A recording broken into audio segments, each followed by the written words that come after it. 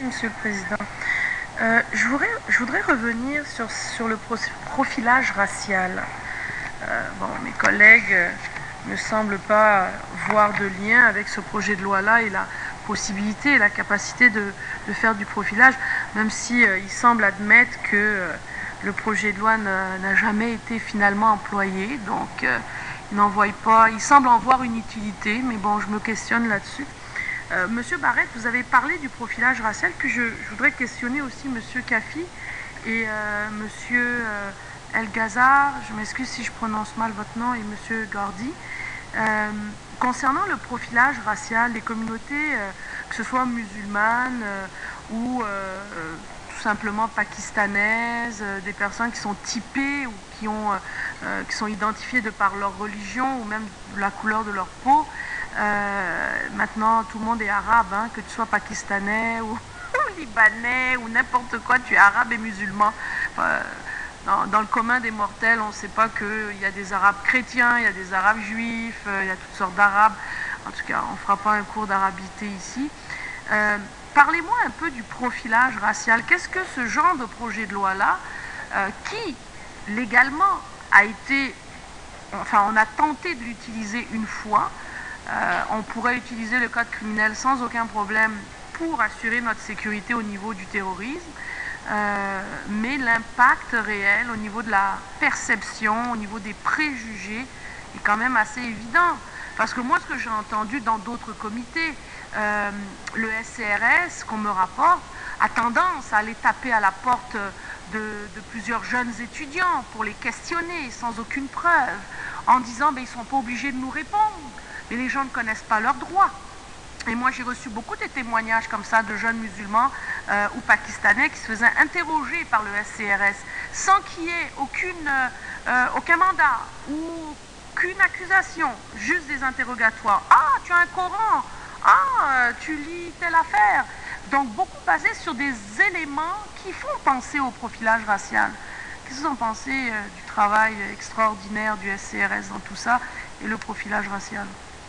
Avez-vous eu, vous, des commentaires des jeunes qui viennent vous voir, qui disent que le SCRS vient de taper à leur porte?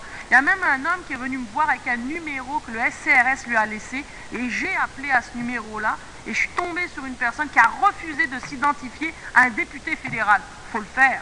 Et qui disait qu'effectivement, il était agent du SCRS. Je vous écoute.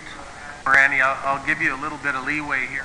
Madame Mourani, je peux vous donner un petit peu de marge de manœuvre. Ce n'est pas une question qui porte directement sur le projet de loi C-17. Vous avez néanmoins parlé du SCRS et j'accepte votre question.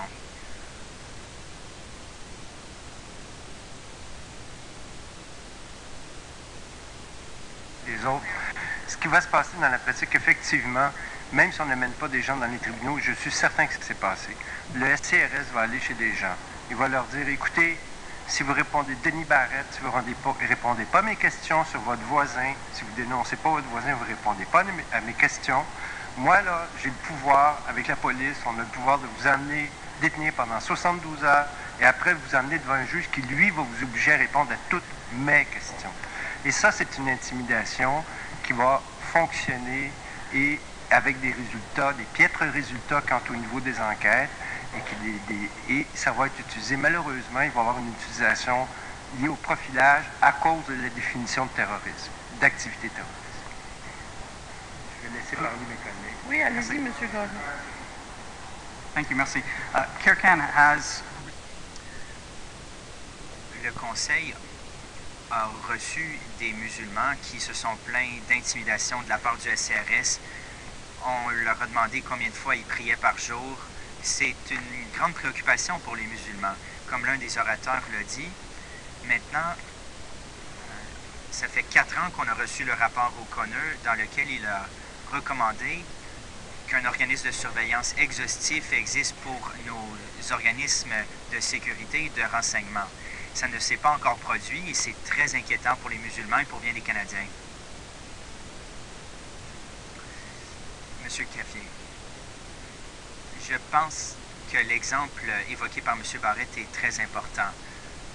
Sans utiliser officiellement les pouvoirs d'investigation, on peut quand même se servir de ces pouvoirs comme menace contre des gens qui ne voudraient pas répondre ouvertement à un agent du SCRS. C'est quelque chose qui va aliéner les musulmans ou les membres de cette communauté contre les forces de l'ordre.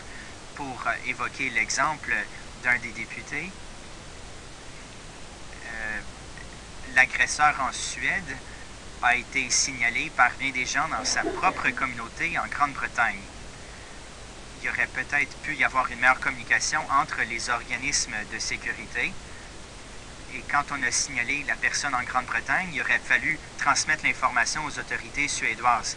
La question la plus importante, c'est de protéger et de contribuer à la relation positive entre les diverses communautés dans notre société.